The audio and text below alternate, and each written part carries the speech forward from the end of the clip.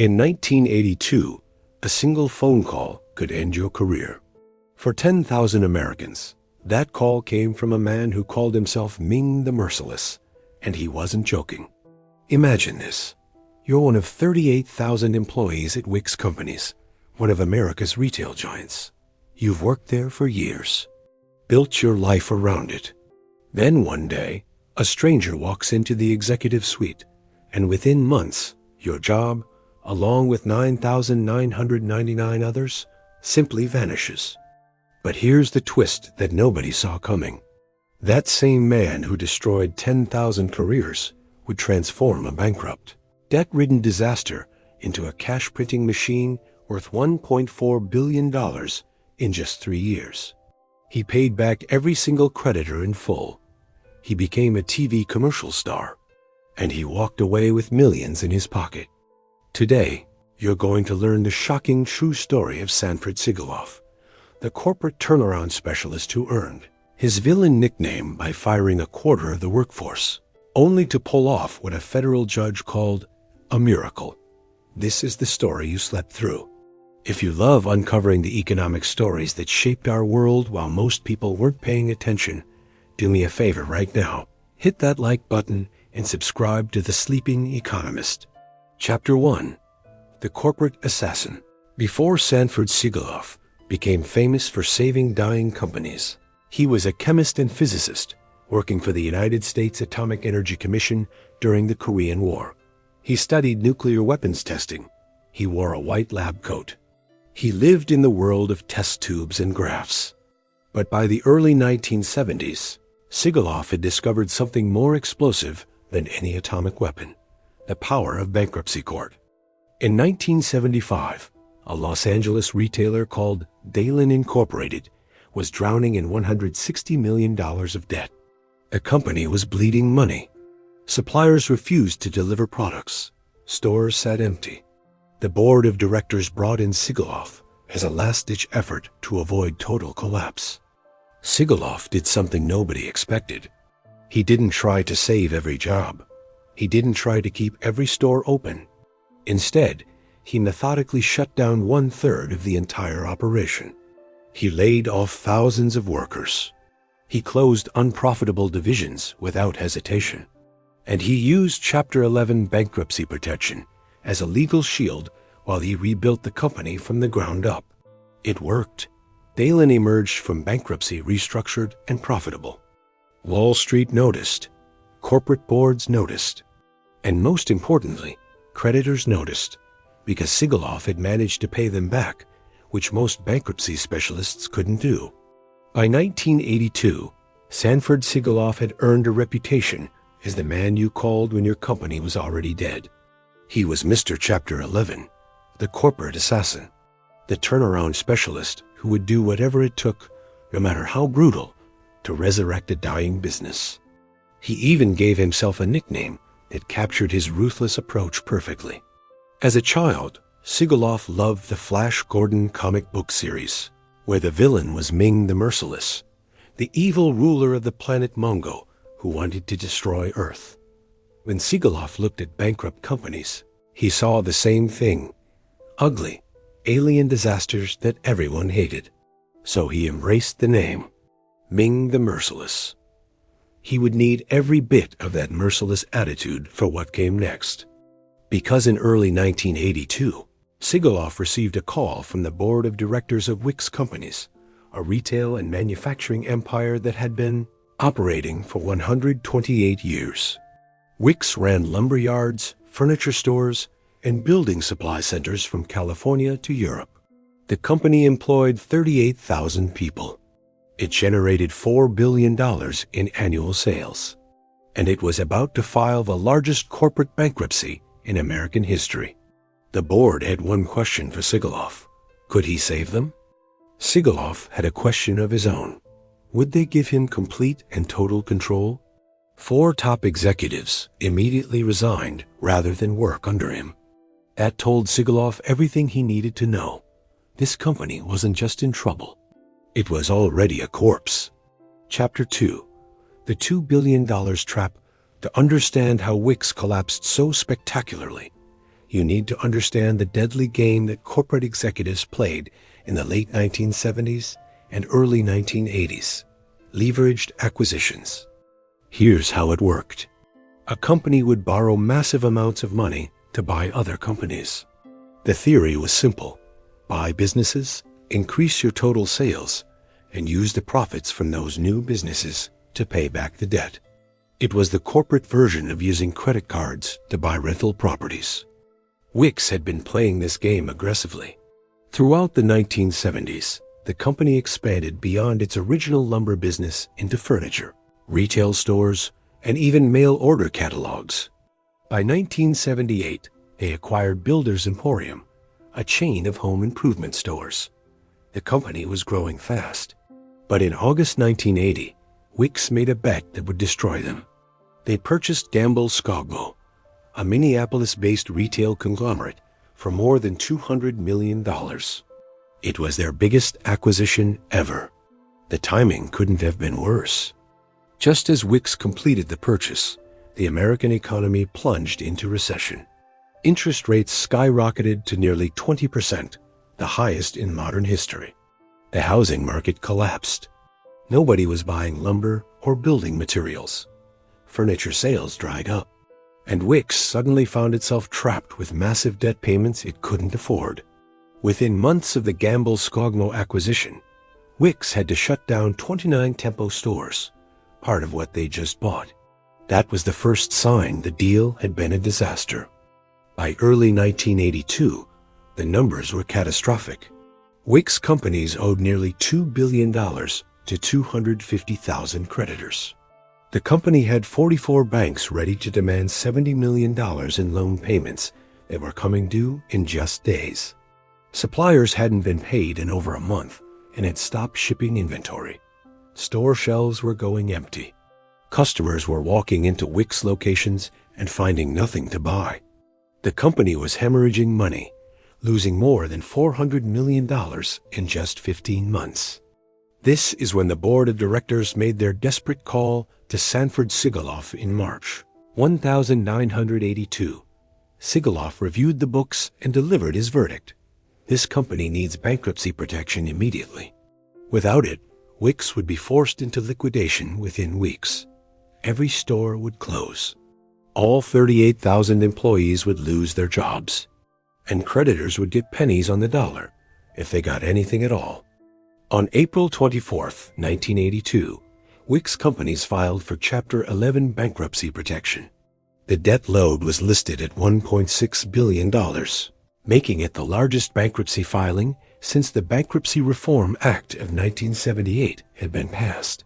Sanford Sigoloff walked into the Santa Monica headquarters the next morning as the new chairman, president, and chief executive officer. He had a plan, and 10,000 people were about to lose their jobs because of it. Chapter 3. The Firing Squad. Sigoloff didn't waste time with pleasantries or morale-building speeches. On his first day, he implemented what he called his 260-page restructuring plan, a massive document that outlined every single change that would happen to Wickes over the next 3 years. He even gave the plan a nickname, Princess Aura, after the character in Flash Gordon who lived on Earth. The joke was dark but deliberate. The bankruptcy was the evil planet Mongo trying to destroy Wickes. The only way to survive was to reach Princess Aura, the reorganization plan, and gain respectability again. Sigoloff made every member of his senior management team adopt nicknames from Flash Gordon characters. It was partly for comic relief during the darkest period of the restructuring, but it was also psychological warfare, a way to create an us versus them mentality. The management team was from the alien planet. Everyone else was the enemy trying to stop them. Then the cuts began. In the first 6 months, Sigoloff fired 10,000 employees. That was 25% of the entire workforce gone. 38,000 employees became 28,000. But it wasn't just layoffs. Sigoloff shut down or sold 17 entire divisions of the company. He closed the Alden's mail order business in Chicago. He sold off struggling retail chains. He liquidated unprofitable operations across the country. Anything that wasn't generating positive cash flow was eliminated without hesitation. The business press called him Ming the Merciless, the nickname he'd given himself. Workers called him worse things. But here's what made Sigoloff different from other corporate hatchet men. He showed up in person to deliver the bad news. When he closed the Alden's division, he didn't send a memo. He flew to Chicago and personally told the employees they were losing their jobs. He worked with bankruptcy lawyers to create severance packages that went beyond the legal minimum requirements. He took a personal interest in making sure laid-off workers received compensation that matched their years of service, not just what federal bankruptcy law required. One employee who worked with him during this period later said, "He destroyed my colleagues' jobs, but he looked us in the eye while doing it." That counted for something. Sigoloff also worked in human hours. During the height of the restructuring in 1982 and 1983, he regularly put in 22-hour days. He would call subordinates at 6:30 in the morning and 10:30 at night. He worked through lunch and dinner. He worked every Saturday. He expected his senior team to do the same. His philosophy was simple but brutal. "I never let anyone feel I'm entirely satisfied. My dissatisfaction causes people to continue to grow." Chapter 4. The Hidden Cost. While Sigoloff was firing thousands and closing divisions, something remarkable was happening behind the scenes that most people never saw. The human cost of corporate bankruptcy was being calculated in real time. Let's talk about what bankruptcy actually means for the people involved, because this is where the financial education you slept through becomes critical. When a company files Chapter 11 bankruptcy, it gets legal protection from creditors. That means all those people and businesses that are owed money, the 250,000 creditors. In Wickes' case, have to stop demanding immediate payment. They can't sue. They can't seize assets. They have to wait while the bankruptcy court supervises a reorganization plan. But here's what most people don't understand. Suppliers still need to get paid for new deliveries, or they stop shipping products. Employees still need paychecks, or they quit. Landlords still need rent, or they evict the stores. Bankruptcy doesn't make those obligations disappear. It just freezes the old debts while new obligations keep piling up. So Sigoloff faced a nightmare scenario. He had to keep Wickes stores operating, which meant paying current bills, while also figuring out how to eventually pay back $1.6 billion in old debt to 250,000 creditors. The math was impossible. Or at least, it seemed impossible. Sigoloff made a calculated gamble. He bet that if he could cut costs fast enough by firing people and closing unprofitable divisions, he could generate enough cash flow to keep the remaining stores stocked with inventory.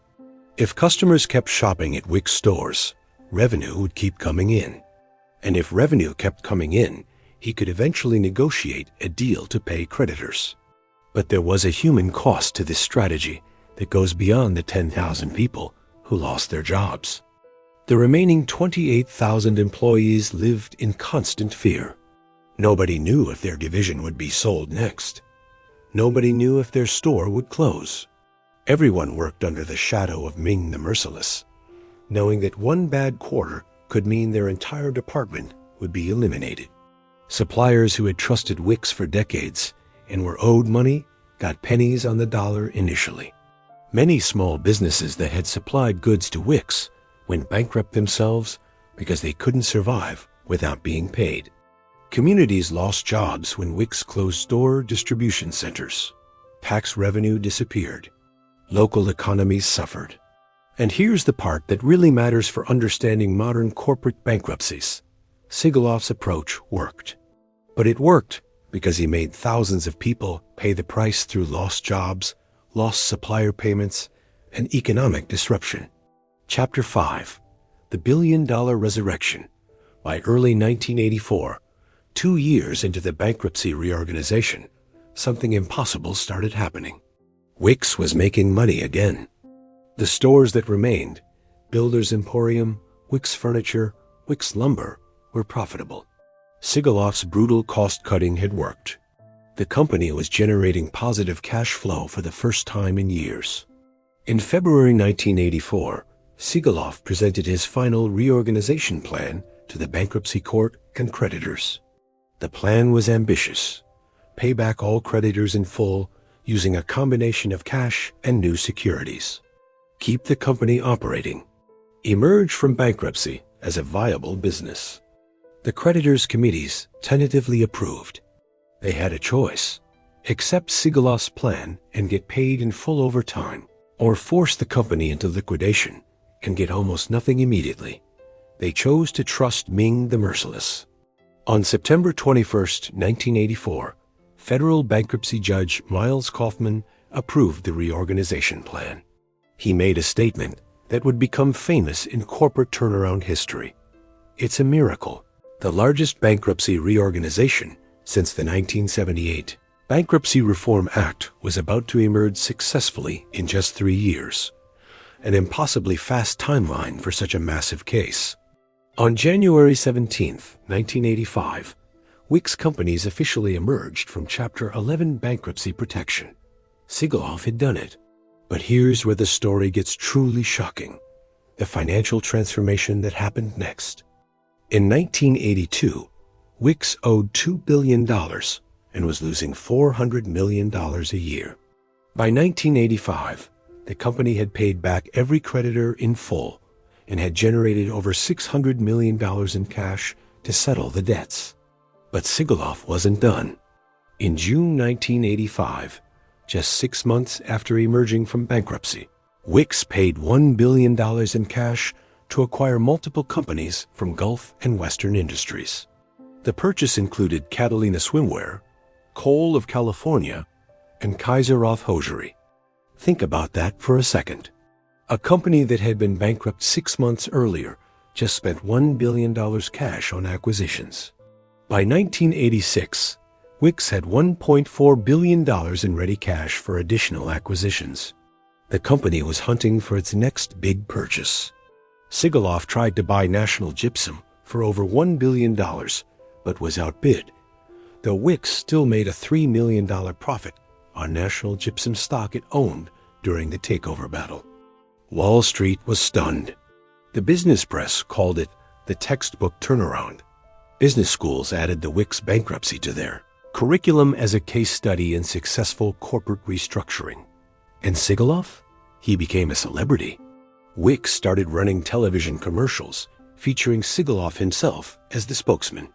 The ads showed him sternly telling employees to cut prices and boost service. The catchphrase became famous: "We got the message, Mr. Sigoloff." The commercials worked. Builders Emporium sales increased 25% annually after the ads began running. Sigoloff was no longer just a bankruptcy specialist. He was a TV star. Chapter 6: The Warning Signs. So what did Sanford Sigoloff get out of all this? In 1985, his compensation package included $750,985 in salary, plus $722,600 in bonuses. Total, $1.47 million for that year alone. But the real money came from stock ownership. When Wickes emerged from bankruptcy, Sigoloff received 3% of the new company's stock as part of his compensation. He kept 1/3 of it for himself and distributed the rest to other employees. That 1% stake he kept was worth more than $2.5 million at the time, equivalent to roughly $7.5 million in today's money. Ming the Merciless had become Ming the Millionaire.